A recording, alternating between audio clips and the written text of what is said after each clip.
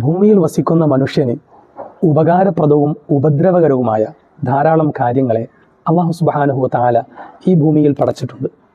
നേട്ടങ്ങൾ കൊയ്യാനും ഉപദ്രവങ്ങളിൽ നിന്നും സംരക്ഷണം നേടാനും റബ്ബ് സുബ്ഹാനഹു വ തആല നിരവധി നിർദ്ദേശങ്ങളും മാർഗങ്ങളും പറഞ്ഞു തരികയും ചെയ്തിട്ടുണ്ട്. അത് കൃത്യമായി പാലിക്കുന്നവനാണ് പൂർണ്ണനായ വിശ്വാസി. അപകടങ്ങളിൽ നിന്നും ജാഗ്രത പാലിക്കുകയും ഉപദ്രവകരമായ കാര്യങ്ങളിൽ നിന്നും മാറി നിൽക്കുകയും ചെയ്യുക എന്നത് വിശ്വാസികളുടെ ബാധ്യത തന്നെയാണ്.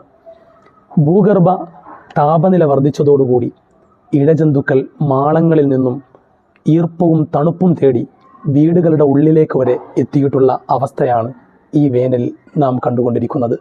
കഠിനമായ ചൂടിൻ്റെ പ്രയാസവും വിഷജന്തുക്കളുടെ ഉപദ്രവവും മനുഷ്യനിടയിൽ വല്ലാത്ത അസ്വസ്ഥതയും ഭീതിയും ഉണ്ടാക്കിയിട്ടില്ലേ?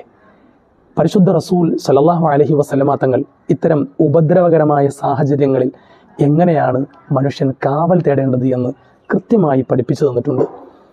പരിശുദ്ധ റസൂൽ പഠിപ്പിക്കുന്ന ഒരു പ്രാർത്ഥന സഹീഹ് മുസ്ലിം ഉദ്ധരിക്കുന്നുണ്ട്. മൻ നസല മൻസിലൻ സുമ്മ ഖാല അഊദു ബികലിമാത്തില്ലാഹി താമ്മാതി മിൻ ശർരി മാ ഖലഖ്.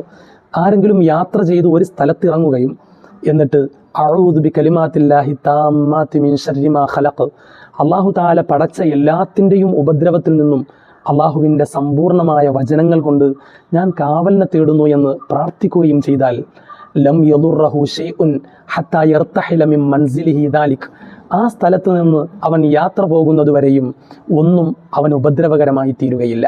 പ്രിയമുള്ളവരെ, നമ്മുടെ യാത്രാവേളകളിൽ അപരിചിതമായ പല പ്രദേശങ്ങളിലൂടെയും നാം സഞ്ചരിക്കാറുണ്ട്. ചിലപ്പോൾ നാം ചില സ്ഥലങ്ങളിൽ പാർക്കുകയും ചെയ്യാറുണ്ട്.